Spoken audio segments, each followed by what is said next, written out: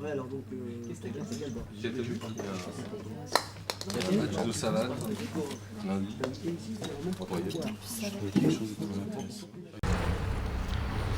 Bonjour et bonne pause café. C'est une rencontre pleine d'émotions que je vous propose d'écouter dans quelques instants.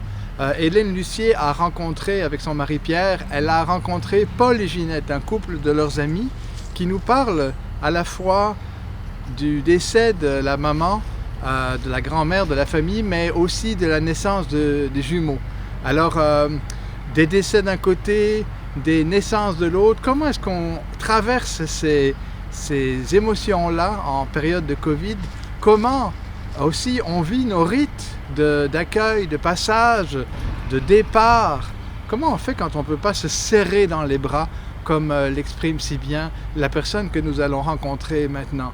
On vous demande d'attendre un peu l'oreille. Les images ont été prises par les réseaux sociaux, pas toujours facile. Donc, soyez attentifs, mais je pense que ça en vaut la peine. Bon café?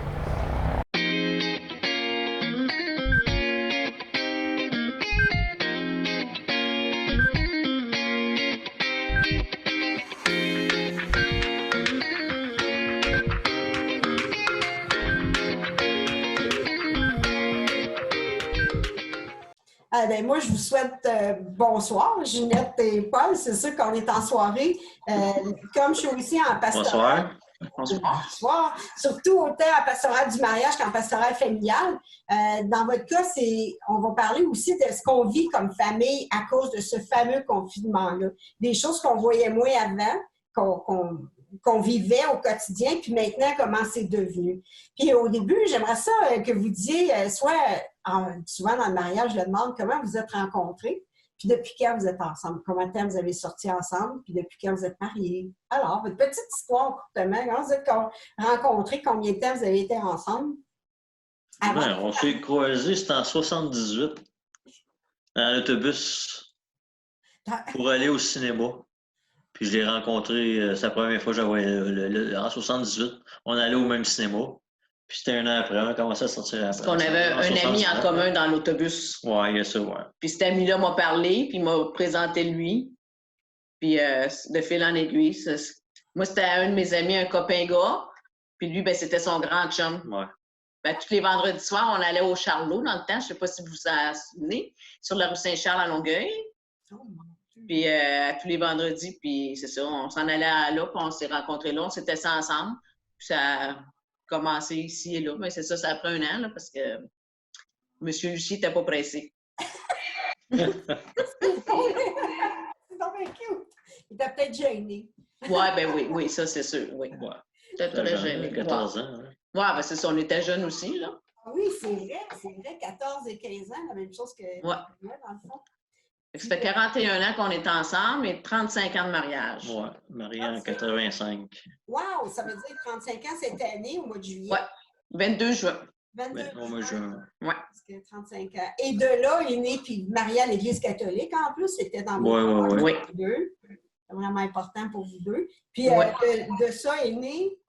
2 belles filles, Joliane, 31 ans, et Marélie, 29 ans. Ben là, dans le fond, non. Ils vont avoir 32 et 30. Oui, une en 88, l'autre 90. Oui. Puis, ils ont chacun des petits-enfants. Ça, on ne pensait pas que, tu sais, comme couple, nous autres, on avait eu vite les enfants, puis vous disiez, on ne sait pas, parce que vos filles étaient vraiment, ils ont pris le temps de sortir, de faire des beaux voyages. Puis là, à un moment donné, ils sont tombés en amour, très solides. Puis là, Joliane, ça fait combien de temps? Joliane, ça fait 9 ans qu'elle est avec son chum. Mm-hmm. Ils ont 3 enfants. Oui. Quand elle a rencontré son chum, il y avait déjà une petite fille de 4 ans. Puis là, ben, ils ont 2 enfants ensemble, un petit garçon de 18 mois et de 3 ans. Imagine. Puis après ça, Marie-Lie. Marie-Lie, elle, ça fait 4 ans qu'elle est avec. Puis ils ont une petite fille de 3 ans et 2 beaux petits jumeaux de 2 semaines. Ouais.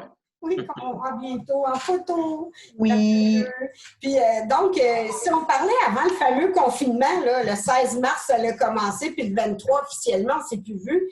avec du regard, qu'est-ce que vous voyez de richesse de votre famille? Est-ce que vous voyez souvent? C'est quoi la famille? Puis votre famille élargie, dans le fond, avec tes parents aussi, les parents de Paul, là, la maman de Paul. C'est quoi? Comment vous décririez votre avant la COVID? Une famille très unie, des soupers à tous les dimanches soirs avec toute la famille, les petits-enfants. Puis là, ben, après la COVID, plus rien. Ouais. Très désagréable. Oui, mais on met pas off, c'est ça comme oui, c'est ça. Ouais. La famille est à off, tout est à off, dans le fond. Ainsi que les émotions. Oui, avec les petits soupers qu'on avait tous les dimanches, là, puis les rencontres avec les filles, là, ça a tout coupé une shot, là. Oui. Hey, ça doit faire bizarre, hein? Oui, mais là, on dirait qu'on est comme habitué. Moi, au début, moi, personnellement, j'ai trouvé ça très difficile. La première semaine ou la deuxième semaine, on s'ennuyait trop. On était allé voir Joliane dans le stationnement. On était tous habillés avec... on est allé chez Rona. On était chez Rona, j'ai acheté des kits de peinture, là, des peintes, là. La combinaison complète avec le masque, les lunettes, les gants, avec les bottes, tout, là. On n'a pas le choix. Non. Puis tes parents aussi, tu t'occupais de ton papa. Je dis tu t'occupais parce que ça a certainement changé.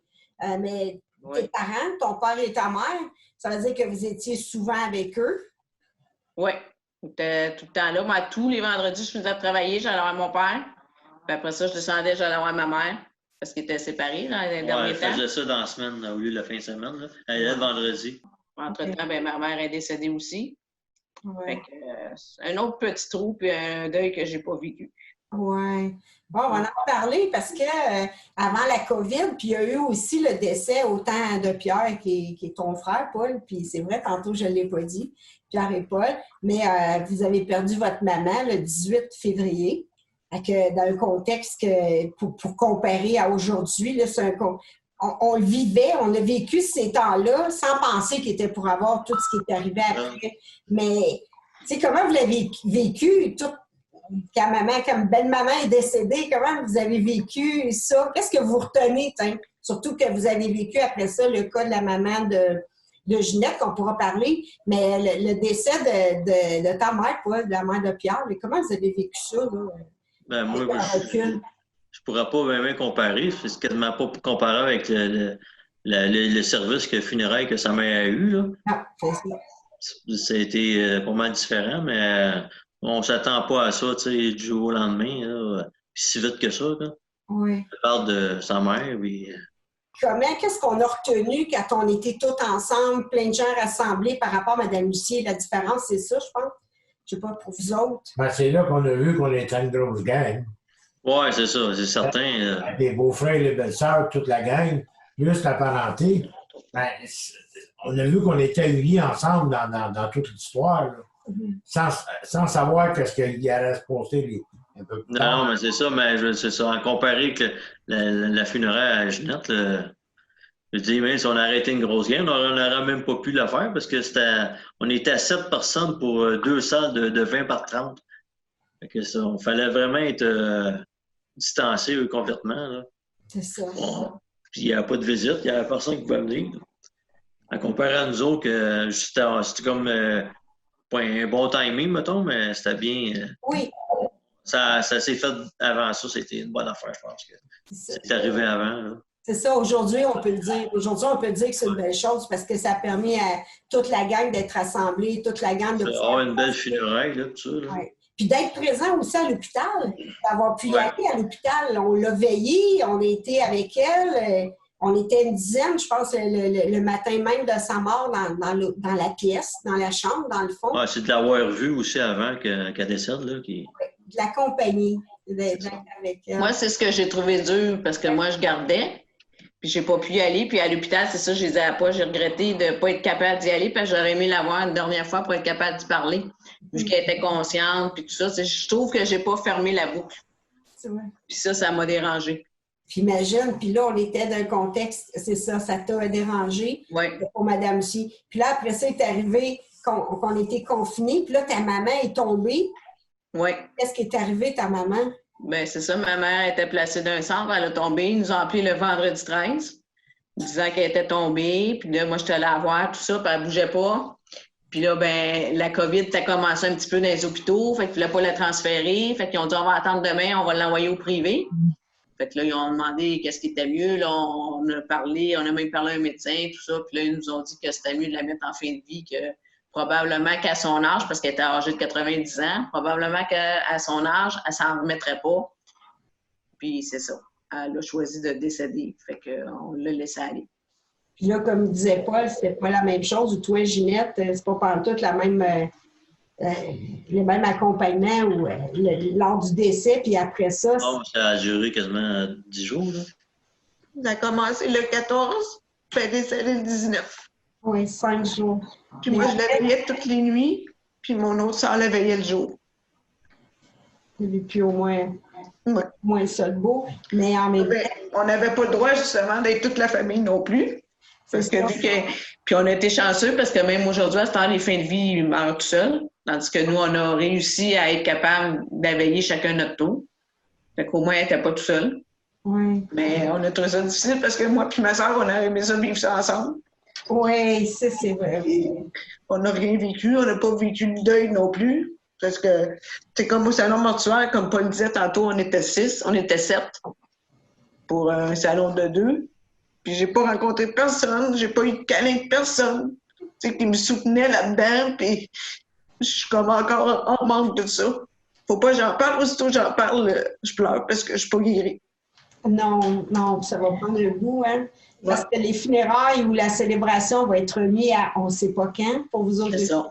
C'est ça. Là, elle a été incinérée, dans le fond, parce qu'elle voulait absolument se faire exposer. Fait que c'est pour ça qu'on l'a exposée à 7.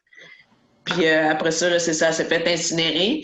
La semaine d'après, on est allé la mettre dans sa petite niche, parce qu'elle a une niche, là, où elle s'est faite. Puis ils nous ont dit que, même qu'on peut se faire un service, on va pouvoir la ressortir de sa niche, puis l'emmener à l'église faire son service. Fait que pour toi, ça veut dire qu'il y a comme un vide encore, un vide, le fait qu'on n'a pas été ensemble pour se réconforter. Puis, c'est ça. J'ai pas eu aucune tendresse, rien. Quand ça s'est fini après la cérémonie, parce qu'on a réussi à y faire une messe quand même dans la chapelle, là, mais c'est un vrai prêtre qui est venu, puis tout ça. Elle a eu quand même sa cérémonie. Puis là, on a pris chacun notre auto, puis on est parti. C'est effrayant. Les 3 heures, puis mon cousin, on n'a pas été au restaurant, on n'a pas bouclé la boucle non plus. C'est pareil comme si on se voyait, OK, bye, c'est beau, on est parti. Puis, fait que moi, j'ai absolument rien vécu. Comme tes enfants n'étaient pas là non plus. Non, personne, parce que moi, ma fille, c'est ça, elle accouchait 2 semaines après. Fait qu'elle avait peur pour la COVID, puis mon autre fille avait peur pour ses enfants. Fait que je lui ai dit non, restez à la maison. Puis, fait que j'ai même pris, j'aime pas ça, mais j'ai pris des photos dans sa tombe, parce que mes filles voulaient la voir. Fait que j'ai envoyé des photos à mes filles. Fait que c'est comme ça qu'ils ont voulu grand-mère. Puis même la journée du décès, au centre qui était, il fallait vider la chambre immédiatement en plus. Puis le corps, il était encore dans la chambre. Sa mère était encore dans le lit, il fallait tout vider la chambre en plus. Pourquoi? Parce qu'on avait 24 heures, parce que sa chambre était déjà prise. Oh, c'était pas... À cause du corona, il fallait tout partir aussi. Ben, c'est à cause du corona, puis ils savaient que, tu sais, ils savent déjà quand ils décèdent. Fait que quand elle est décédée, ils nous ont dit qu'on avait 24 heures pour la vider parce que, tu sais, elle est morte, mettons, un jeudi. Le samedi, ben, il y avait déjà quelqu'un dans sa chambre. Puis moi, ben, je voulais pas y retourner. Fait que pendant que je la veillais, une nuit, j'ai fait toute sa valise, j'ai tout sorti son linge, tout ça de son garde-robe, parce qu'on savait qu'elle reviendrait pas. Puis quand elle est décédée, il restait des cadres sur ses murs, puis une chaise. J'ai appelé Paul, on a vidé la chambre tout de suite, puis on n'a jamais retourné là. Je voulais pas y aller. Ça fait bizarre, hein? Dans une vie où d'habitude, tous les rites de passage sont importants, là, c'est comme on est devant un vide, puis il n'y en a pas de rite de passage, tu sais. On a beau dire qu'on peut en faire un à la maison, mais celui qu'on a au Québec, par rapport aux gens qui décèdent, c'est souvent avec exposition. Même s'il n'y a pas le corps, il y a quand même un temps où on peut se câliner, comme tu dis, se serrer dans le doigt, en parler, puis après ça, accompagner l'autre, parce que ça fait partie de nos rites. Ben, nous autres chrétiens, religieux, vous autres aussi, votre mère, vos familles sont croyantes, sont très, très croyantes. Ben, donc, ça aussi, ça fait partie de notre rite de pouvoir célébrer la vie autrement, parce qu'on croit... c'est ça. C'est parce que ma mère, c'est une très bonne personne aussi. Fait qu'on disait qu'elle méritait pas ça. Parce que là, elle est partie dans l'ombre, là, personne ne l'a su. Comme à mon travail, moi, j'ai arrêté de travailler. 3 quarts de mon travail, ça ne savait même pas que j'ai perdu ma mère. Oui. Là, je vais arriver à l'école, puis ils vont me dire comment vont tes parents? Ma mère est décédée, la vie est belle, il n'y a rien d'autre. Tu sais. C'est ça. J'ai pas eu de tendresse de personne. Non. Ah non. Non, ça me manque. On a juste parlé, on a pu parler, on a pu se texter, mais c'est pas pareil. C'est pas du tout la même chose. Là. Puis après, il est arrivé une belle grande joie. Quelle date? Ouais. Tout ça dans 2 mois, là. Le 15 avril. Hey, Madame Chi est décédée le 18 février. On a perdu 2, puis il y en a 2 nouveaux-nés qui sont arrivés. 2 nouveaux-nés. Oui. Tu n'as pas pu aller à l'hôpital. Vous n'avez pas pu aller à l'hôpital. Vous avez été un petit bout, même sans savoir, parce qu'à un moment donné, avant qu'elle puisse aussi devenir bien, parce qu'elle a une césarienne. Oui. Comment vous avez vécu ça, Paul et moi? Ben, c'est niaiseux. Ça fait comme un autre deuil. Ah, OK. Parce que, tu sais, on les a pas pris, on a manqué ça. Puis là, tu vois, ils sont rendus à 2 semaines, on les a pris une fois. On les voit pas non plus. Tu sais, on manque beaucoup de choses, dans le fond, là. Ah, ça fait comme une coupure, là. Ils ont comme tout coupé en faisant ça, là, tous nos contacts. On avait une famille bien réunie, puis là, on dirait qu'on est dispersés, tu sais. Oui. On n'est plus... Puis c'est une chose... Ben, tu vois, je les ai vus dernièrement, quand même. Je pense que ça va revenir, mais tu sais, c'est ça, je disais à Paul. On dirait que j'ai peur qu'il y ait comme une cassure, puis que ça ne revienne pas. Je penserais pas. Vraiment pas. Je penserais pas. Moi, nous aussi. Je veux dire, les familles, on le souhaite. Je penserais pas. Mais c'est sûr que ça va se vivre différemment, dans le sens que certainement qu'on va se revoir tous les dimanches et qu'on va être content. Peut-être qu'on va plus y goûter. Peut-être qu'on va plus apprécier. Tu sais, quand quelqu'un décède, tu ne le revois plus. Il est encore dans ton cœur, il est bien en vie. Mais là, on va se revoir, mais peut-être autrement.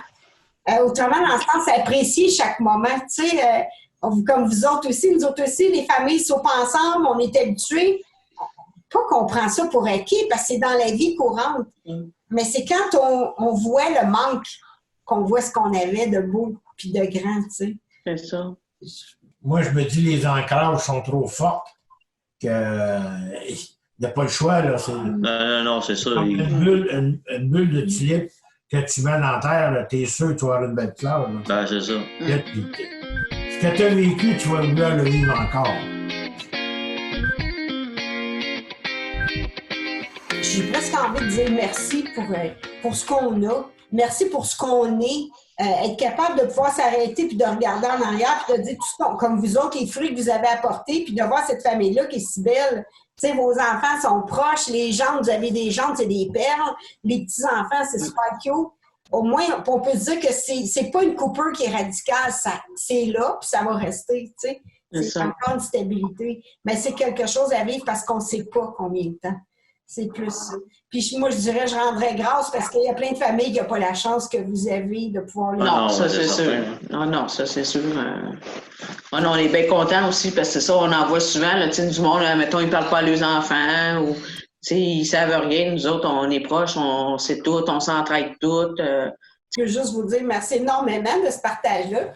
Merci, ça nous a fait plaisir. Ah oui, ça fait plaisir.